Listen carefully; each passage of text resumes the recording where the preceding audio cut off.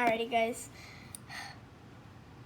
Oh, that was on the whole time. No, it wasn't. Oh. Alrighty, guys. So we're gonna show you guys how to make my seaside slime. So hopefully it's gonna turn out like this.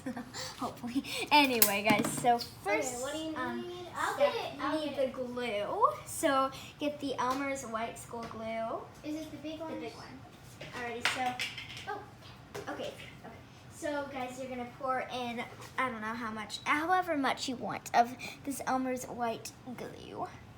I'm only gonna do a little batch, probably about, not that much, but like something around that your parents would allow. So I'm gonna do that much.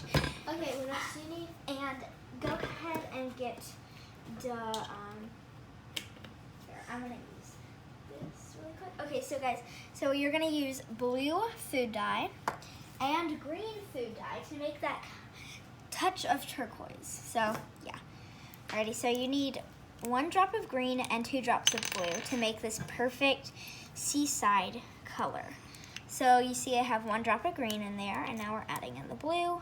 1, 2. Alrighty, now I need a fork. So She's just gonna use a knife. it doesn't matter, y'all. Okay, so now we're just mixing, and you see how that blue is dissolving with the green. The green is going to be really strong. There's still a bunch of blue over here. So you can see it's turning into that seaside color. So you can see the similarity. There's the resemblance. That's shown. Okay. Alrighty, guys. So now I think we are going to add the staff glow as the activator. You know, you can always use Tide or borax or like other things, but you can also use staff glow. You can also use contact solution with baking soda, but I think staff glow is really good to use. So